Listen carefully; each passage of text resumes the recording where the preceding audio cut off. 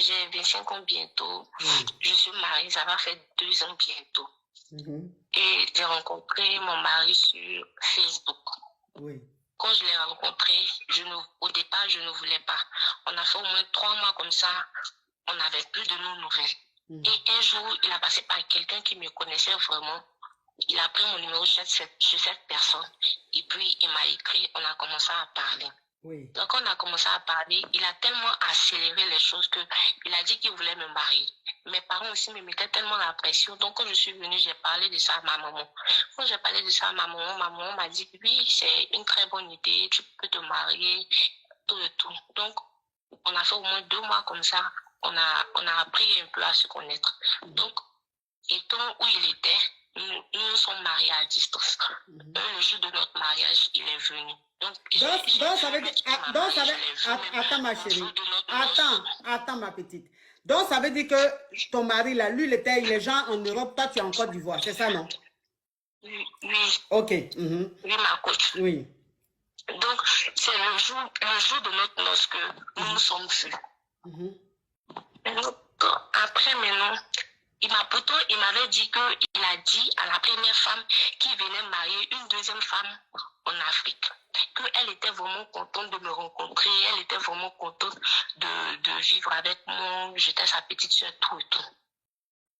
Pourtant, il n'avait pas dit à la dame qui venait se marier. Donc, quand il est venu, il a acheté un téléphone pour moi. Maintenant, le téléphone qu'il a acheté pour moi, c'est son compte Gmail qu'il a mis à l'intérieur. Le compte Gmail qu'il a mis à l'intérieur, le même téléphone qu'il a acheté pour moi, il a acheté pour la première aussi. Donc, il a mis le même compte Gmail dans le téléphone de la dame. Donc, comment j'ai pris mes photos dans le téléphone, directement, les photos sont allées dans le téléphone de la dame. Ma petite, tu as mis... Attends, ma caviar, tu as mis l'écouteur?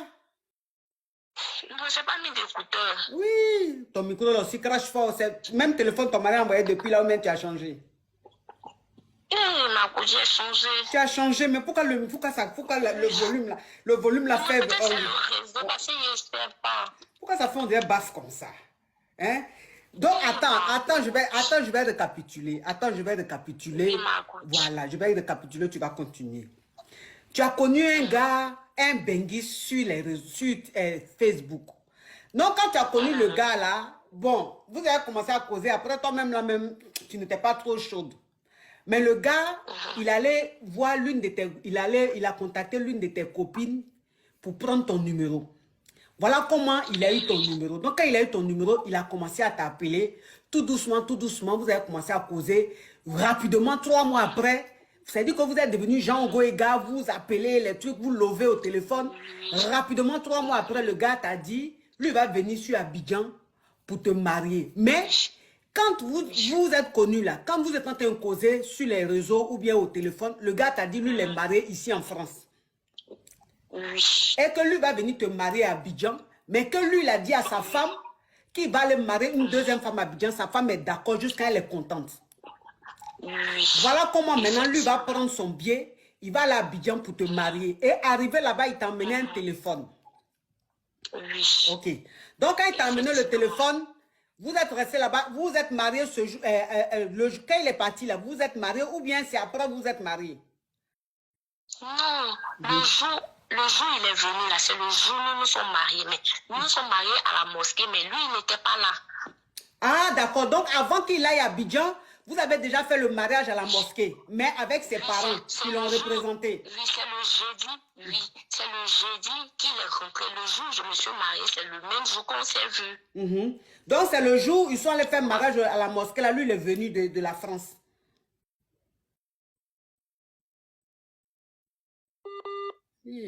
La fille, là, sa connexion. Tu viens de mettre 5000 et puis ça fait ça. Puis ton histoire est intéressante. Nous, les caviers, on aime ce genre d'affairage. Et puis la connexion de la petite fille est partie où? Maman!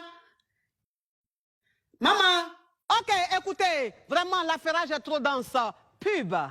Ma chérie, ton hygiène intime est très important.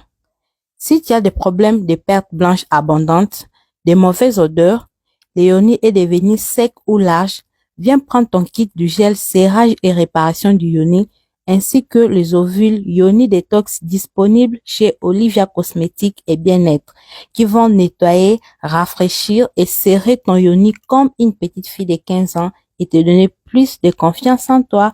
N'oublie pas, le bien-être n'a jamais de prix. Coach. Eh, Oui, ma allô? chérie. Il Non, pleut ici en ce moment, donc le réseau n'est pas tellement stable. de toute façon, ça s'est coupé là, ça ne m'a pas arrangé. Pardon. Il pleut, mais arrange-toi, mets-toi dans un endroit où il ne pleut pas. Ferme les fenêtres. Où Tout. est-ce la même ici bloqué dans un coin? Faut Où te le réseau bloquer, même faut passe. ferme les fenêtres, ferme les portes. Je ne veux même pas que la pluie puisse faire quelque chose. S'il te plaît, on t'écoute. Donc, je sais que c'est qu'il est venu sur Abidjan Oui, qu'on s'est vu pour la première fois, pour la Oui. toute première fois. oui. Donc, après un mois de mariage, Mhm. j'avais un iPhone. D'ici, il va me donner le Samsung. J'avais déjà un iPhone 12 Oui. Pro Max. Mhm. Donc, le 12 Pro Max que j'avais, j'ai partagé mon compte iCloud avec ma petite soeur. Oui. J'ai acheté le téléphone pour ma petite soeur et j'ai mis mon compte iCloud dedans aussi. Mhm. Donc, tous les numéros de ma petite soeur étaient dans mon téléphone, vu qu'on partage le même compte. Oui, oui. Donc, un jour, par hasard, on dormait et puis il a pris mon téléphone, il a fouillé mon téléphone. Mhm. Donc, quand il a fouillé mon téléphone, il a vu, non, j'ai sauté la partie même. Quand la dame a vu ma photo, elle a déclenché des scandales. Mais, parce qu'il m'a dit qu'il a dit à sa femme qu'il a marié deuxième femme, il ne m'a pas dit que... Mais la femme a vu la photo comment? Oui, le téléphone qu'il m'a donné, avait le même compte Gmail que la femme. Ah. Donc, quand j'ai pris mes photos dans le téléphone, c'est parti directement dans le téléphone de la dame. Donc, elle a fait les captures et puis elle a envoyé. Elle a pété un câble, elle a commencé à parler. Ça trouvait que moi, j'étais déjà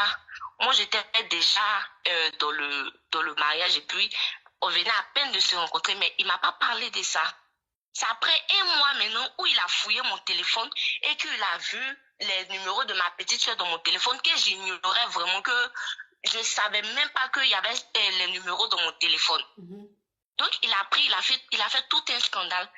Ça a coïncidé aussi que la dame a pris mes photos, elle a envoyé ça à ses soeurs pour que ses soeurs me dénigrent en retour, pour l'envoyer sur son WhatsApp pour qu'elle fasse écouter ça au monsieur.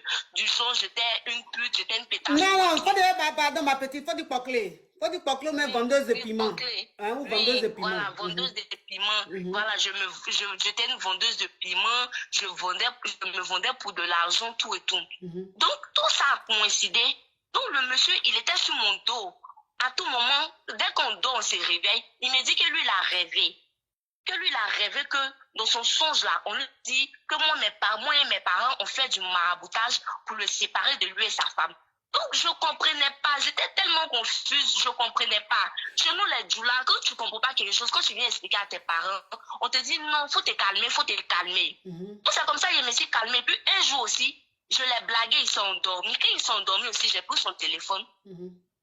Quand j'ai pris son téléphone, je suis rentrée dans les conversations de lui et sa femme. Et puis, je constate qu'il n'a même pas dit à sa femme qu'il venait marier une deuxième femme. Et puis, que c'est sa femme qui nous mettait vraiment en palabre. Et c'est sa femme qui lui disait à chaque moment que je partais faire des maraboutages, tout et tout. Donc, il a dit, quand j'ai appris ça, j'ai laissé, je n'ai pas parlé, je n'ai rien dit. Maintenant, un jour, quand elle a appelé, et puis ça a trouvé aussi que je suis tombée enceinte. Je suis tombée enceinte, j'étais déjà enceinte de 2 mois. Donc, sa femme, toujours, elle est là, elle me met en palabre avec lui. Il vient, il me dit, j'ai rêvé. Donc, et je lui ai dit que tu mens, que tu n'as pas rêvé. Que j'ai fouillé dans ton téléphone, j'ai vu que c'est ta femme qui disait que moi et mes parents ont fait maraboutage. C'est à cause de ça, vous vous entendez plus, c'est rentré, c'est sorti ici. Donc, c'est comme ça, on ne s'est plus entendu. Toujours des histoires. Que la grossesse même, sa femme lui dit que la grossesse même que je porte là, c'est pas du monsieur, que mon enfant, c'est un enfant bâtard. J'étais sur la grossesse, je suis venue, je suis rentrée en France. Et j'ai dit à mes parents, je ne voulais plus. Quand j'ai dit je ne voulais plus, ma maman m'a dit, ah quoi? Hein? Allô, ma coach? Oui. Ma coach, vous me recevez? Oui. Mes parents m'ont dit, non, pardon, tu es enceinte, faut laisser, faut partir, c'est mariage, faut attraper ton cœur, tout et tout. Donc, il a laissé, quand il je suis reparti le 1er janvier 2023. Il est venu me chercher à la maison, je suis partie. Quand je suis partie, il a repris les mêmes trucs encore. Ça m'a tellement élevé que j'ai tout barricadé dans la maison, j'ai tout cassé. Donc, depuis lors, là, il avait arrêté. Il ne me parlait plus de maraboutage, il me dénigrait plus, tout et tout. Maintenant, le 31 décembre, là, il ne m'a pas appelé jusqu'à vers les 2 heures du matin. Je suis en train de dormir, j'ai accouché même. Je suis en train de dormir, il me dit que moi de me connecter. Il dit, mais je suis en train de dormir. Pourquoi tu veux qu'à 2 heures du matin, il me laisse parler à toi? Pourtant, depuis toute la journée, tu ne m'as pas appelé. Il t'a appelé, même tu as coupé. Donc, pourquoi tu veux qu'il va me lever à 2 heures du matin pour parler avec toi? Je ne peux pas me lever à 2 heures du matin pour parler avec toi. Donc, il me suis recouché. Le lendemain, il s'est levé, il a tempêté. Il allait raconter à tout le monde que je suis allée le tromper, moi je couche avec des gars, je suis bouclée, je vends du piment, mon enfant c'est un enfant bâtard, toutes sortes de paroles, des choses. Donc ma coach, ma question est que, est-ce que moi-même dans mon cœur là, je ne veux pas rester dans ma mariage parce que je souffre vraiment. Je souffre, il n'y a pas ma paix. Depuis le jeune homme m'a marié là, je ne suis pas en paix, je n'ai plus ma joie de vivre, je ne suis pas épanouie. Il m'a même dit que de fermer mon visage, de me voiler, c'est-à-dire qu'il ne faut pas un autre garçon même va me regarder, il ne faut pas quelqu'un d'autre va me regarder. Pourtant, il me fait souffrir, ma cause, je souffre. Je sais que moi-même dans mon cœur là, je ne peux pas rester dans ma mariage. Mais là, il dit, ah, comme je vous écoute il y a très longtemps, et puis votre conseil aussi m'a beaucoup aidé là. Donc, c'est pour ça que je vous appelle depuis là pour prendre un peu de conseils. Ce que vous allez me dire là, c'est ce que je vais faire. Même si quiconque parle, je ne vais pas écouter. Ok, donc, je vais récapituler vite fait, hein, pour que les Kadia puissent...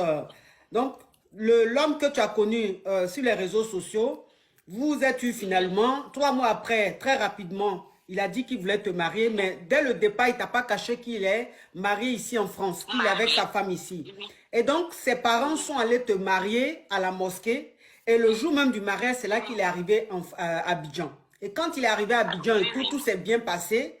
Quelque temps après, le téléphone, il t'a envoyé un téléphone. Le téléphone qu'il t'a envoyé, c'est le même Gmail que le téléphone qu'il a donné à sa femme. Ce qui fait que tout ce que tu as dans ton répertoire, ça va directement dans le répertoire de sa femme. Puisque c'est le même...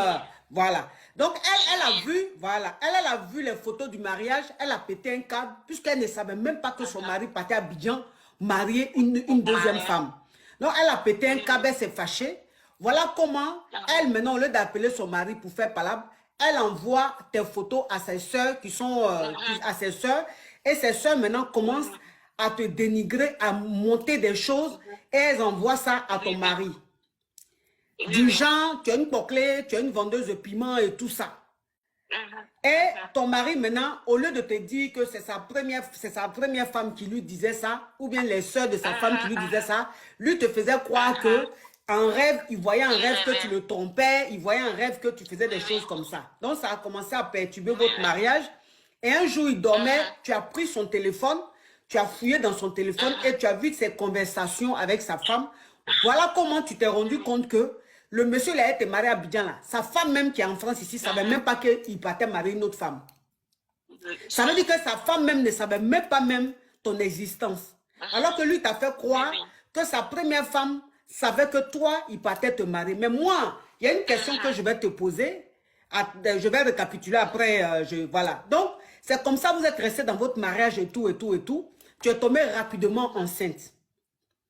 Et donc, quand tu es tombée enceinte, vous êtes resté dans le mariage, mais ça n'allait pas. Parce que la femme, la première femme, à chaque fois, faisait tout pour que ton mari te laisse. Parce qu'elle lui montait la tête. Elle n'a pas d'enfant. Comme elle n'a... Oui. Et puis, elle n'a pas d'enfant aussi. Ok, donc elle n'a pas d'enfant. Après 5 ans de mariage, oui. Après 5 ans de mariage, elle n'a pas eu d'enfant. Elle n'a pas d'enfant. Donc, toi, vous êtes mariés 2 mois après, tu es tombée enceinte.